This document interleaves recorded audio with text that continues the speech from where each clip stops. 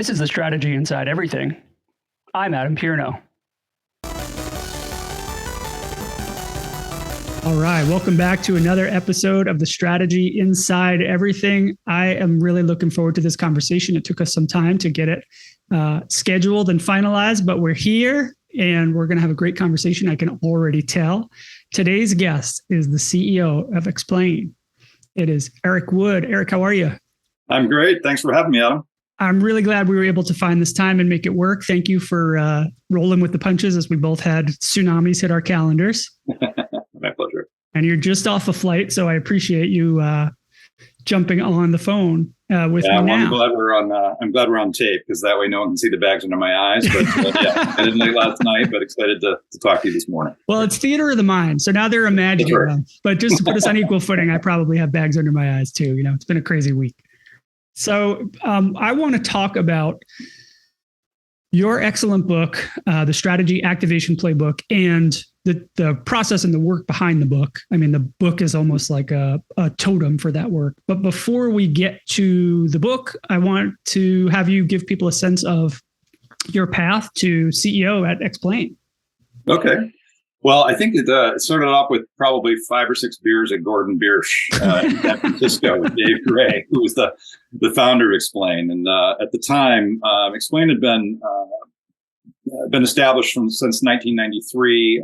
We met in about 2003, and I was at Intuit at the time, doing new business development, product management, looking for new opportunities to help support Intuit customers. So either building or buying new products where there are unmet needs. And Dave was on my research list because we were working on an e-learning business, and I really got excited about the idea of visual learning, the idea that people can understand information much more quickly. They can grasp complexity much more quickly using combinations of words and pictures rather than just reading a statement. And so I wanted to meet with Dave to learn a little bit about his thinking about visual thinking and how it could apply to learning and how people can adapt information more quickly. And he proceeded to buy a few beers. And after a long conversation, he said, I'd really like you to come over to XPLANE and actually help me grow this. And so that's how the relationship started. Was that your intent, or was it just you just hit it off and the beer was that good? I never thought after a career in software and management consulting that I was going to go back to a small consulting firm and do that. But that's just kind of how it worked out. And I was excited about the opportunity because actually it gave me an opportunity to kind of merge a couple of observations in my life. I've always kind of lived at the intersection of business and design. Mm-hmm. I have a formal business background, MBA, management consulting experience, but also have always worked at the intersection of the new. How do we create something new? How do we envision something new? How do we create a new product? How do we launch a new product? What are those unmet needs? And so it was an interesting opportunity to actually bring those things together. And with XPLANE, which is very much a hybrid of a design firm and a management consulting firm, I found a home where I could work at the intersection of business and design and do really cool stuff. How do you balance those two elements, the design and the consulting? Because they sometimes are very simpatico, and sometimes they're at odds, if not corralled in the correct way. Oh, absolutely. It's interesting because I prior to working in software and internet, I was at Bain & Company as a consultant for a short period of time. And I loved working in that environment where just incredibly brilliant people around, and they're really doing great work. But it's also frustrating because when you're actually working inside of an organization, there's a lot of creativity, a lot of insights. And there wasn't really the opportunity in the traditional consulting role to co-create. Co-create or to I don't know what the way to bring it, how to capture the most creative elements of those insights, or how to bring, it's more like, but get to the therefore. Yeah, exactly. I mean, sort of lead with the answer first. Here's the report, throw it over the wall. This isn't a critique necessarily of my former employer. I loved the work we did, but the frustration I observed was a lot of times in terms of really making change, you've got to work with the people that are going to be responsible and accountable for the change very closely, so they can get their fingerprints on the work and they can feel a sense of ownership of it. Yep. And so what was really intriguing about merging design and consulting was that design by its very nature is a discovery-based art. It's a process of going in, observing, learning, gathering insights, and then iteratively design or co-creating solutions. And it was a really different way to work. And it was a way to work that really resulted in stickier solutions, things that were both probably better ideas because they were more integrated with the insights of the organization, but also that it wasn't ours, it was theirs. People created it themselves. Yeah. And so I think that's really, an interesting trend we're seeing generally in the consulting space is really this question of, the old way of throwing it over the wall versus the new way of really co-creating at the side of your customers or your partners. Yeah. That's a real differentiator. People support what they help build. I read that somewhere. Yeah. So it's funny that having just been the client on a few consulting projects over the past couple of years, getting the PowerPoint deck is like, okay, cool. You just gave me a, X amount of thousands of dollars to-do list that I have to go now execute. And now I have to explain it to all these people that have to do it. Yep. That's quite a feeling for the manager that gets that assignment. Absolutely. Here's your 150-page PowerPoint. Now go stand up at the town hall meeting and tell everyone where we're going. Yeah, the consultants that aren't here right now told me to tell you guys this. Here we go. Oh, God. Well, what types of clients are you working on mostly, or more importantly, I think, were you working on as you were working through the Strategy Activation Playbook?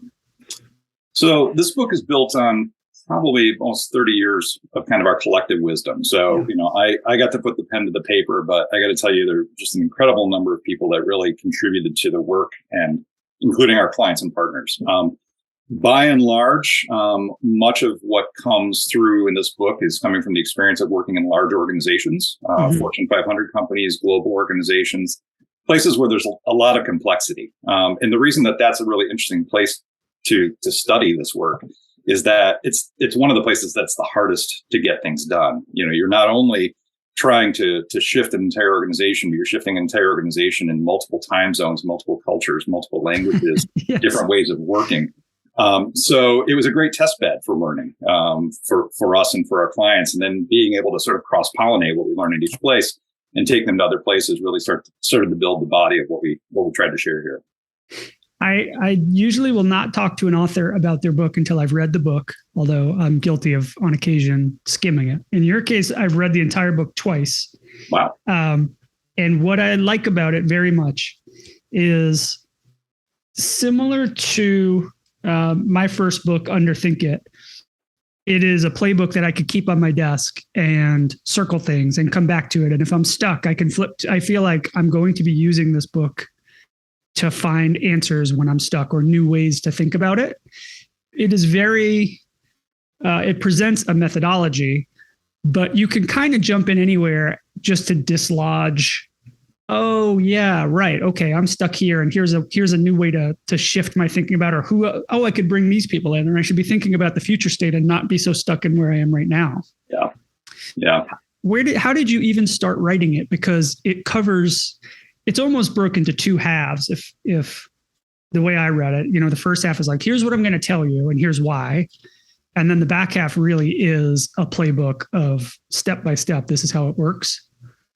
How did you attack this book?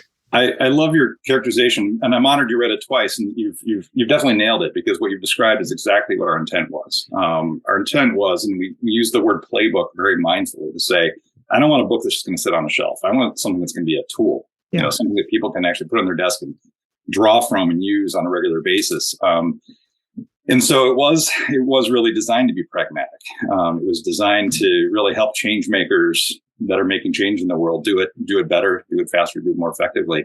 So we did approach it very specifically to say, okay, there's a certain amount of setup we need to do. We need to share a couple of our points of view in the front matter and start to explain why we think traditional change management doesn't work, why we think organizations get stuck, why strategies fail. And then with that context set, because it is a philosophical shift from where we've come from, then introduce, okay, here's the antidote. Here's a set of tools. Here's a toolkit that you can use and draw on. And it's not a process like a lot of change management. Yes. And, I think I may have buried the lead here, because for the listeners of this particular show, so much of what we do is that PowerPoint that gets shared in a meeting, and it's a big meeting and everybody gets excited and you leave and you feel great, and then nobody does anything with it, or you're not sure what to do about it. So let's actually talk. You mentioned, why do strategies fail? Let's talk about that. There's some great background on that in the book. Yeah. Why is that a recurring theme? Why does strategy hit the wall? Yeah, it's fascinating. There's been a lot of people that have studied this. Universities, Kaplan's books covers this topic. There's a bunch of information out there, and everyone kind of comes to the same conclusion, which is about 80% of major strategy transformations fail. Yeah. Which, when you think about the amount of money that's spent and the amount of resources that are invested, that's just an immense failure rate. And so we started looking at it and trying to understand what is it we're seeing with our clients that are struggling, and where are we seeing successes, and what are the bright spots, and what's consistent with that. Mm-hmm. Assuming the strategy is good, right? There's a bunch of other things. Assuming the strategy itself is good. Which is 50-50. Which is 50-50, right? But it's like advertising, which half works. But if we take out all those other factors, market factors, whether the strategy is good or not, and we just look at the people side of the coin, we see a couple things that are typical. The first one, the biggest one, is this sort of what we call line of sight problem. We don't actually help connect people, individuals in the organization, to the big picture, right? We might paint the picture of this is our strategy, but it doesn't really mean anything to me. And I don't really understand my role and how my role ladders up to actually creating change in the organization, and how I fit side by side with my peers. So we talk about the need to really paint that picture clearly for folks, to go beyond that 100-page PowerPoint deck, launch it at the town hall meeting and walk away, and really get under the hood of how do we help people see why what they're doing is important in this big picture. Yeah, and how it connects. Yeah, how it connects. The second one that we call out is, this idea of employee engagement. So again, back to that idea that you just shared.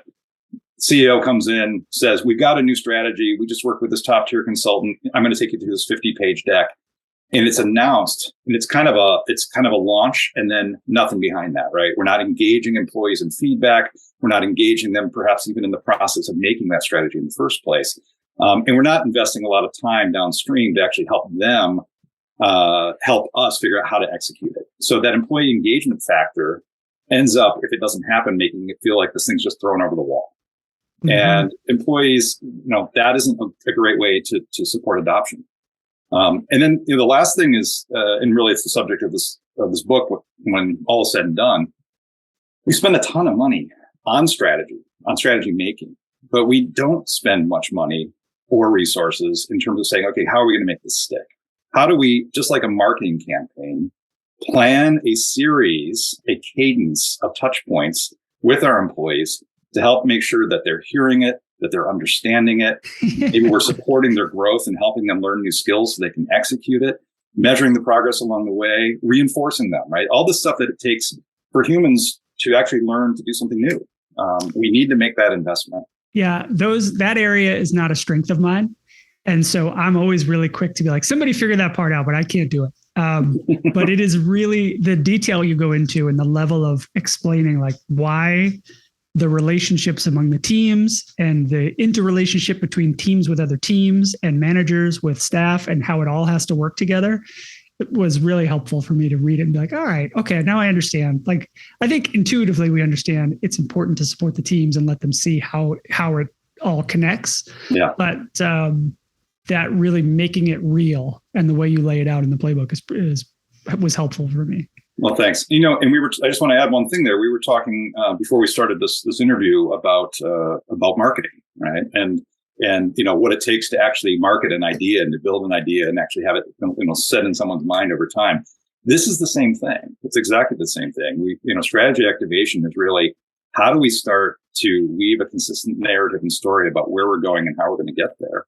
Yep. And then you can't just say it once. You need to actually build a marketing campaign. And that marketing campaign has to be multifaceted because ultimately we're trying to get thousands of human beings to all move forward in the same direction. Yeah. And each of them to understand how it impacts them. It's like, what's the reason to believe for them to changing the way they work to activate this thing that they weren't a part of necessarily. Exactly. Yeah. It's huge. I've dog-eared a bunch of pages, and what I'm going to do is just start flipping through and find those dog-ears. I probably have 10. We probably won't do them all. All right. But the first one I dog-eared, I actually came back the second time I read it. I put a double dog-ear. Look at this. Double dog-ear. Wow. Yeah. Come on. That's serious.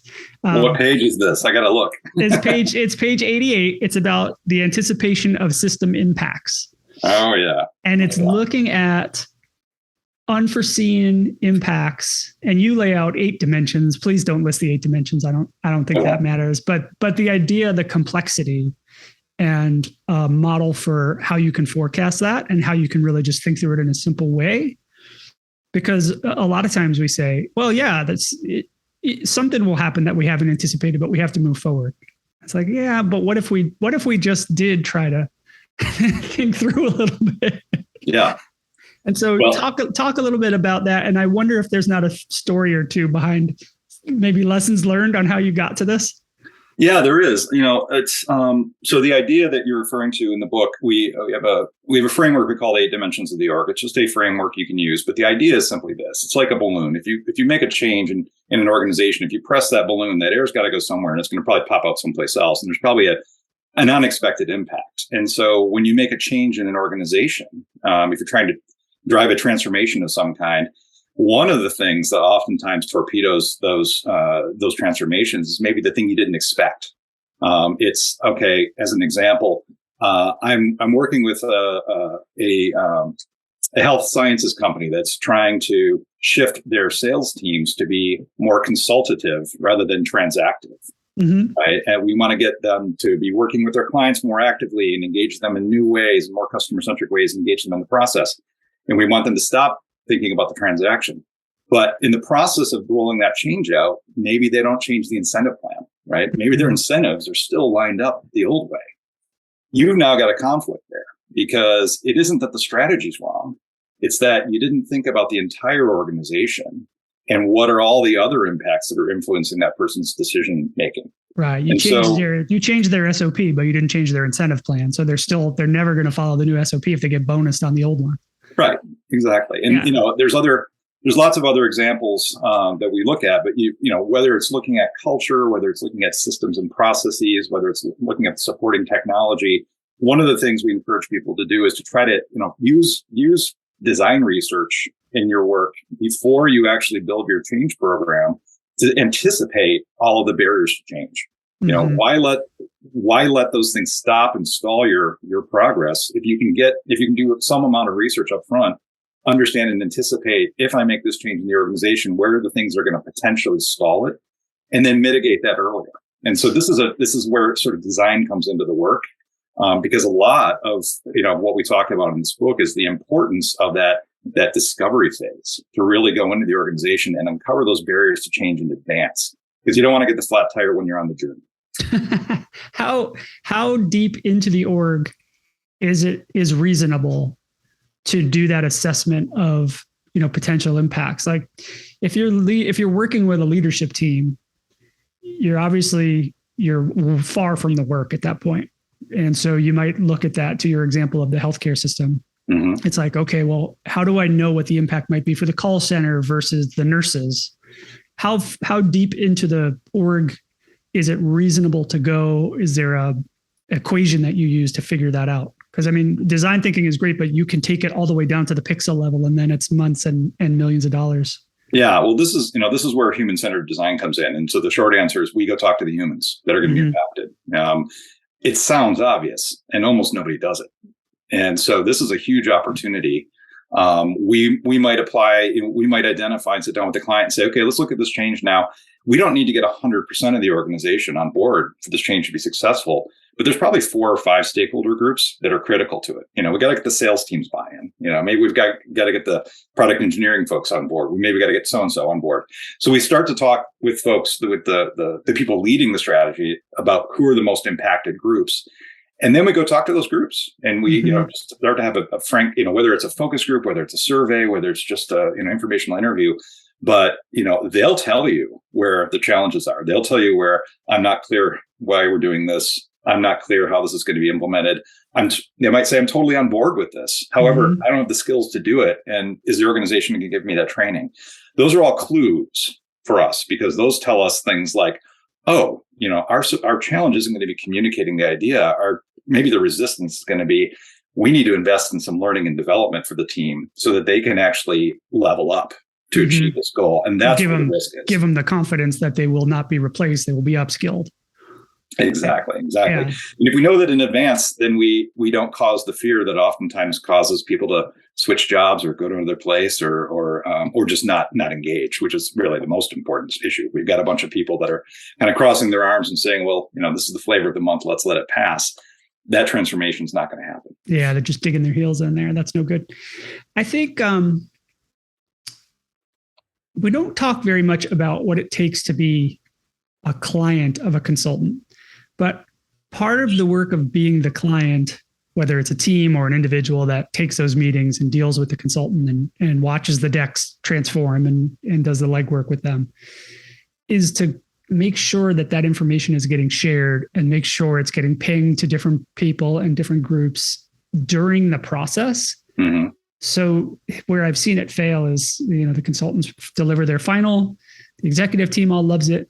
And then it's 6 months of, okay, well, now I have to take this deck from them and transform it into our language and start shopping it. And only then you're getting the battle testing that you need. Yeah. And you're like, well, cool. I had an army of people doing research for me and now they're all paid and gone. Now I'm stuck. Yeah. There should be a certificate for how to hire a consultant.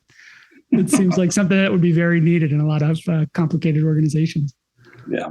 Well, one of the things that we've sort of observed that really works well there, and particularly if you're a consultant and you're thinking about how to do this work and avoid that surprise, is this is another place where sort of co-creation along the route, along the journey, and encouraging people that this is an iterative design is a real thing. I remember the days where you couldn't go and talk to a client unless the deck was perfect. Everything was dotted. It'd been proofread. It was idealistic. It was just beautiful.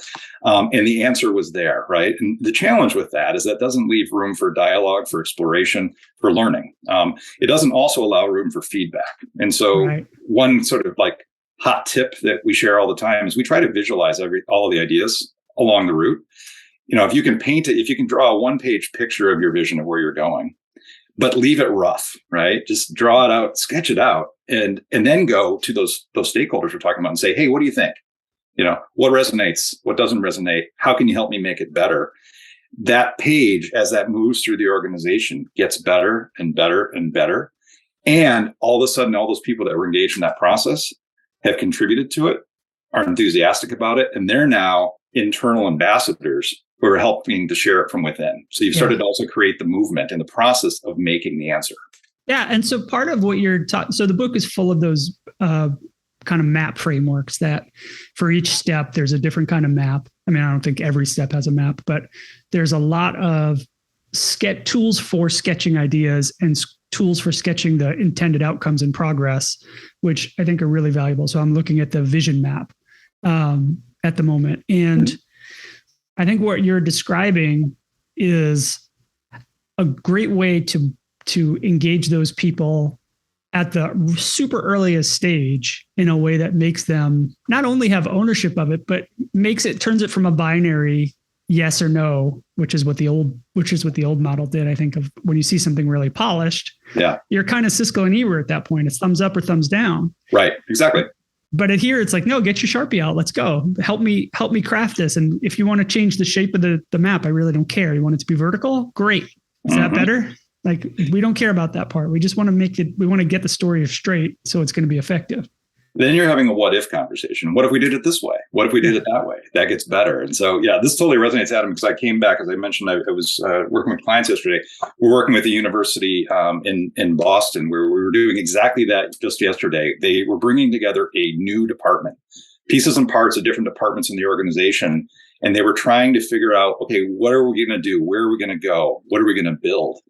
And we used that exact vision map that you're referring to as the core exercise, where we had every individual in that room draw their picture, their vision of where they thought the organization could go.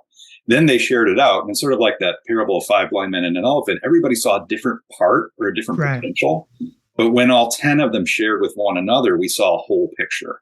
And then we iterated that to a common picture of a vision that was holistic and everyone's sort of voice was in it. And by the end of the day, there was a really clear pathway for what was going to get built in 2023. And that's through the conversation and debate over the various parts of the elephant that each person sketched out. Yeah. And especially when you make it visual, it's, when you put words on a page or struggle over a vision statement or a mission statement, words are very nuanced. But when you actually draw, for your listeners who don't know that I'm serious, we Explain is very focused on trying to use visual learning even in our process. But if you can sketch out a picture, sketch out a framework, show somebody, this is what I'm thinking. What do you think? Just like a napkin sketch, right? Mm-hmm. Napkin sketches. Dan Rome, a friend of ours, wrote a great book called Back of the Napkin. It was so successful because it was that idea of, writing an idea on the back of the napkin helps people see what you see. And that makes it also better. It makes it easier for them to critique what they see and give you feedback that's actually actionable or help you create something new. Yeah, that's really cool. That's really cool. How long does that process take in a room full of people that can't draw? I can't draw. Well, I shouldn't say that. Actually, my creative team would kick me for that. Everyone can draw, right? We are all artists. We've been drawing pictures since we were young. I don't have the same talent that some of the incredibly talented designers at XPLANE have, but I think I'm a great person to walk into a room of other executives when they see me draw and I'm still doing it. They feel more confident. And so, stick figures, frameworks, dots, it doesn't matter. The idea is to sketch your concept and try to make it as clear as possible.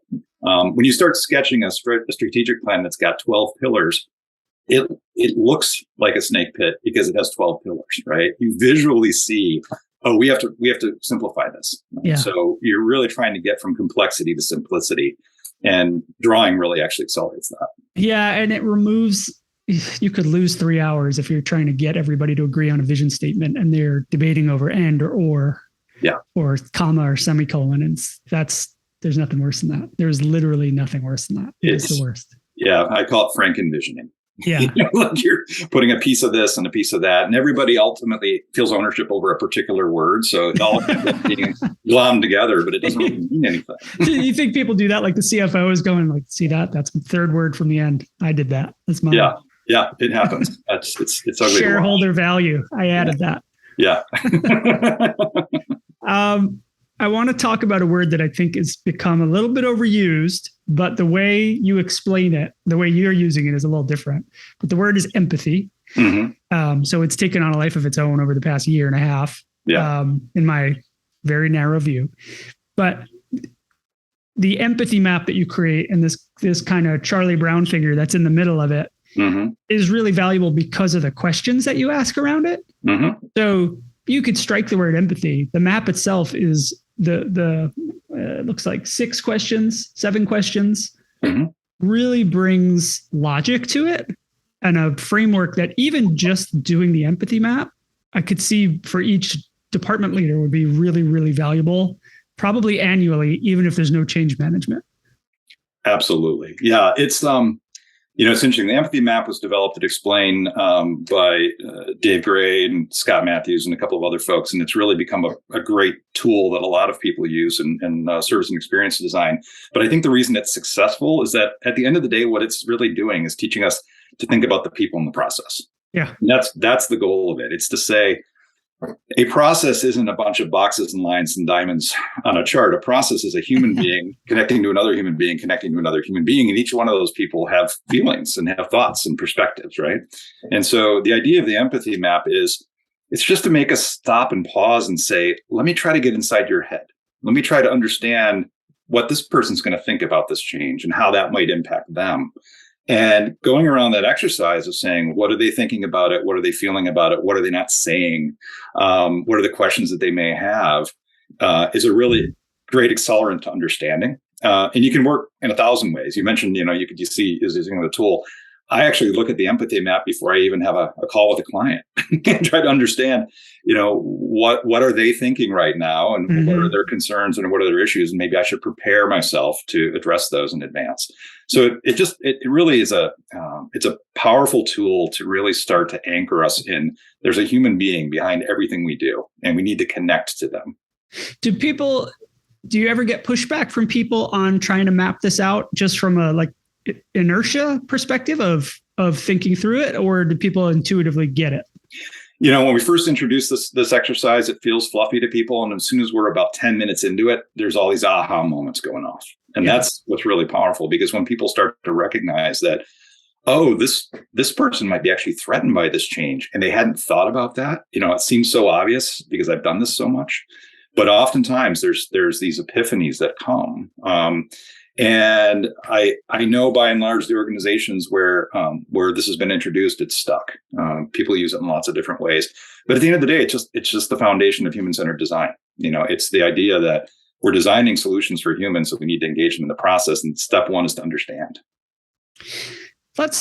Let me ask you about an area that I've struggled in, which is governance.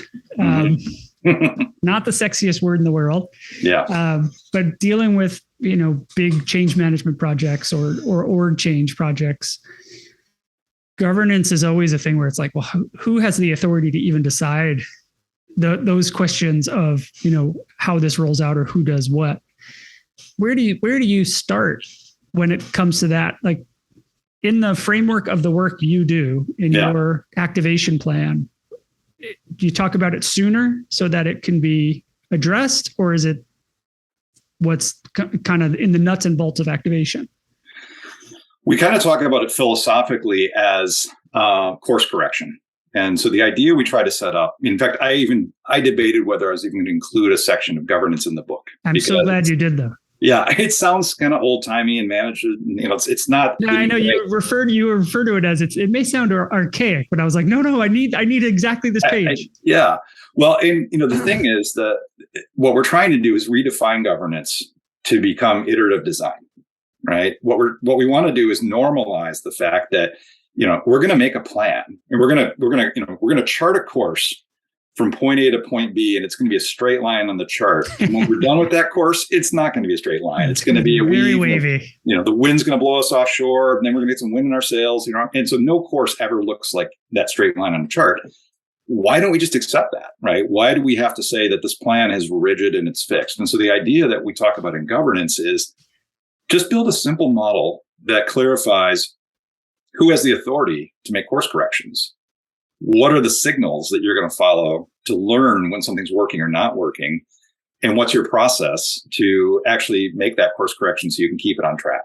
Mm-hmm. And, it sounds obvious, but I can't tell you how often that doesn't happen, that maybe something's going off track and somebody's just been tasked to do a thing and no one has actually given them permission or empowerment to say you can shift. No, if you learn something, you can do it differently. So we talk about it in the execution phase in the book. As one of the key things that we need to build in is that flexibility and that agility and that understanding that things are going to shift. We're going to get surprised. We're not going to anticipate everything. So let's make it part of our process to learn and iterate, sense, respond. Why are we always surprised by that? I don't know. I mean, every time I'm like, oh, we got to change. I've been doing this a while. You would think by now I would know, but even I'm still surprised that I have to change course or adjust, and I have to go ask permission. Like, oh, okay, I thought it was going to be X, but it's Y, so I need to do Z. And then you multiply that by 10,000 empowered individuals who have agency in an organization, and you understand why it's hard to get things done. Well, let me ask you this question: which is worse? If you get to that point at that inflection point and nobody's empowered to do anything, so the whole thing stalls, or everybody's empowered, so it moves exponentially in weird directions, but people trying to move it forward, which do you think is the bigger problem? And that's $1 million question. I think the second one's the easier one to solve. I think if you have a culture in an organization that isn't empowered and can't make those decisions, isn't empowered to make decisions, you're never going to be able to respond quickly enough to change. If you at least have an organization where there is empowerment and people have the ability to make shifts, there's a couple of quick things you can do by clarifying who is accountable to making this decision, who is the person receiving the signal, and what's our process. And we can agree on a process up front in terms of how we're going to decide which change to make. And how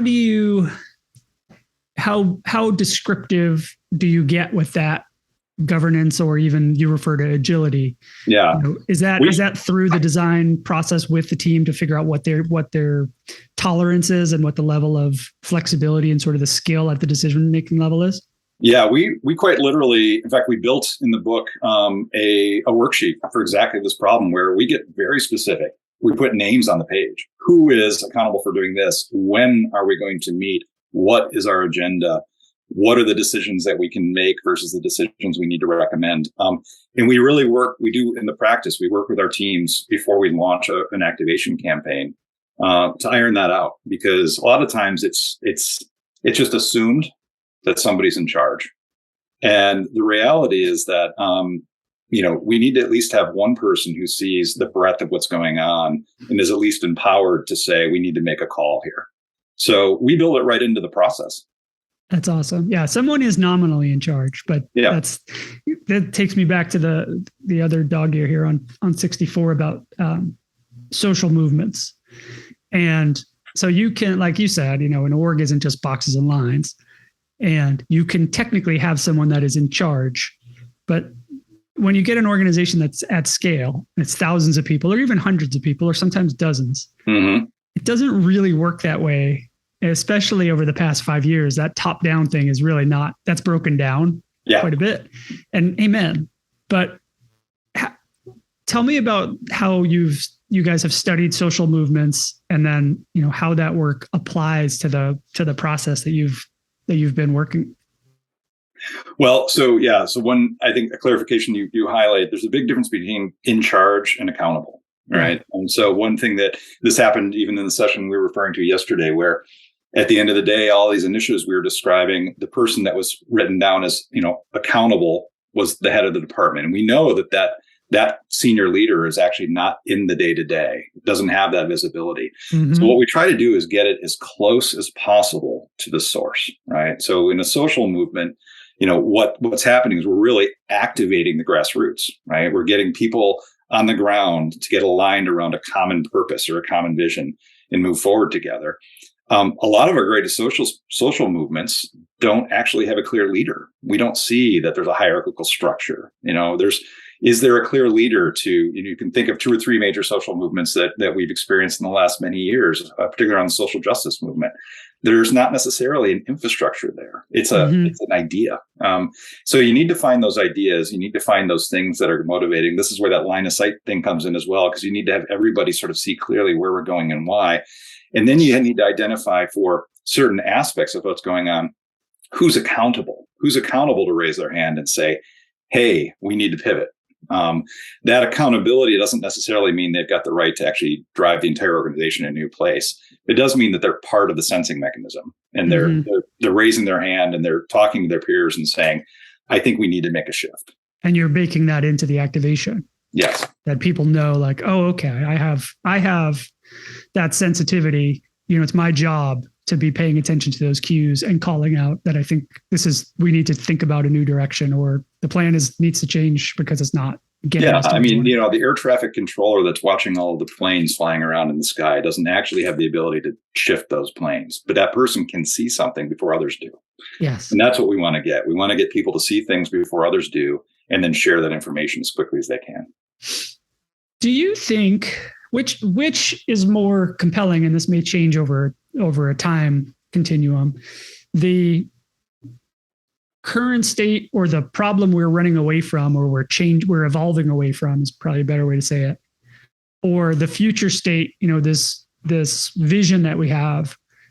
Which is more compelling? Like, we have to move away from this that is going to be detrimental or is not our way to win, or like we need to get to that mountaintop because that's our winning location? Both are equally effective, to tell you the truth. In our experience, I guess it's kind of like a carrot and stick thing, but it's a balance, because ultimately, to get movement, there has to be enough of a compelling reason to shift, right? And so the compelling reason to shift might be that the current state sucks. We want to escape this and go to a better place. Right. Exactly. That might be, right? Like, I've been trying to get out of 2020 for 2 years. Yeah.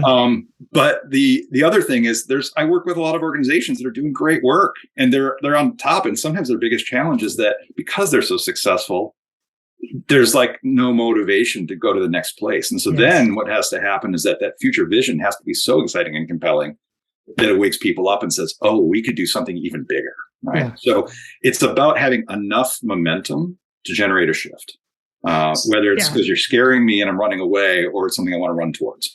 But if things are going well, it's more about figuring out how to convince them that they could be going even better. Yeah, absolutely. I mean, there's organizations that we've worked with that, they're hitting their numbers, they're hitting their targets, they're really not motivated to make change.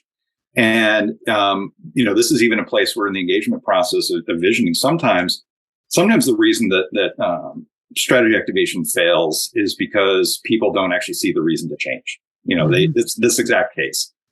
Hey, we're on the top of our industry right now. And so there's an exercise that is required to either paint a really clear vision of a better future state that you could create, or start to be a futurist and start to anticipate where the future of the world is going to be and how you're going to need to evolve to that new place before your competitor in order for you to stay on top. And so we also try to bring a lot of visualization into this work for that reason. We might be spending time working with an organization to start to do some scenario planning. What happens if this happens, this happens, this happens 3, 5, 10 years from now? What should we do then? And by getting people into that imagination space, sometimes you can shake them out of their current state enough to recognize, oh, we still need to be thinking about shifts in the future because that could happen. That possible future is out there. And is that more external looking at suppliers or competitors or environmental shifts? Or is that more internal? Like, what if this person leaves, or what if demand stops for this product line? Or yes to all? It's all the above. I mean, I'll give you a great example. At a smaller scale, we're working with a large nonprofit organization that's in Southern Oregon. And they're a performance-based organization. They bring people together for theater performances at a pretty large scale. In the strategic planning process with them, as we're talking about risk analysis and some of the challenges that they're having, one of the things that popped to the top was wildfire smoke. We're seeing so many fires because of climate change that it actually is starting to become dangerous in this particular region, and it's actually requiring them to shut down a lot of their performances. And so, we're seeing risks or things that are emergent that sometimes were never in the business plan, but we need to actually sort of start to think about and anticipate these things. And they can actually, if we start thinking through the future, okay, what's this going to look like in the future? Is it going to get worse? In 5 years, are we in a completely different environment? Should we be shifting our entire program to digital platforms? Should we move? Right. There's all these questions that come about as a result about thinking about possible futures. And so we're huge advocates for really getting people into some of those. We talk about it in terms of elevation. So many meetings that we have with people are sort of at the ground level. They're talking about the weeds. They're talking about what they're feeling today. There's so much insight that comes from taking people up 200,000 feet, facilitating a conversation where we give them permission to dream a little. Yes. And really imagine at a much higher level. And those imaginations can fill those scenarios in ways that really shift our thinking. But remaining elastic so that you can get back down to the ground level once you've figured out, okay, all right, here you arrive at the vision that we all agree on that is compelling. And then we need to get back to ground level to figure out how to activate it. Because that's where the slideshow lives, is up at that high level. Yeah, exactly. And you need to give them the helicopter, right? Yeah. You got to help them get up, but then you have to make sure they come back down with you to make sure it's going to get activated. Because well, and that's where that connective tissue comes in the line of sight conversation we started with, right? That we need to understand that it's not sufficient just to have that high level picture. Yeah, we need to show the vision of where we're going. We also need to show the strategy of how we're going to get there, which is still a big picture, right? It's still our overall strategy is 1, 2, 3. Then we need to break that strategy down into a roadmap, because not everybody's going to take that entire journey. Maybe only my department is going to touch segment 1. And then we need to link that yet again to the role map, my individual role in this and my contribution. Only then does an individual have true line of sight of where they connect on the ground to that big picture in the sky. Yeah, that's really cool. I'm really glad I got to read this book. And Aric, I'm really glad I got a chance to talk to you about it. Thank you for making time. Where's the best place for people to order this? I'll link to it, obviously, in the show notes. Oh, thanks. Well, so you can get it at our website, explain.com, or you can get it from most book retailers, Amazon. It's distributed pretty broadly. So whether it's online with us or whether it's online with your favorite bookseller, hopefully you'll be able to find it. Yeah, awesome. And where can people find you online for more conversation with you? You can reach us through the Explain website, www.explain.com. And I'm also out there in the social. So find me on LinkedIn, and I'd be happy to have a chat. Awesome. Well, thank you very much for making time, and I'm glad we were able to connect. And thank you for putting this book out there. It's amazing. It's been an honor. Thanks, Adam. Really appreciate the conversation. Strategy Inside Everything is produced by me, Adam Pierno. If you like what you've heard, leave a review wherever you listen to podcasts. Actually, I have no idea if that helps or if it's ever done anybody any good. If you really want to help the show and you like what you've heard, share it with someone else who you think will dig it. That's the best way to help the show and keep the conversation growing. If you have an idea, a question, or want to push back, go to that'snotaninsight.com, where you can send me a message or leave me a voicemail that will be added to future shows. Music for the Strategy Inside Everything is by Saw Square Noise. For more information on me, you can go to adampierno.com to learn about my books, my speaking, and my consulting practice. Thanks for listening.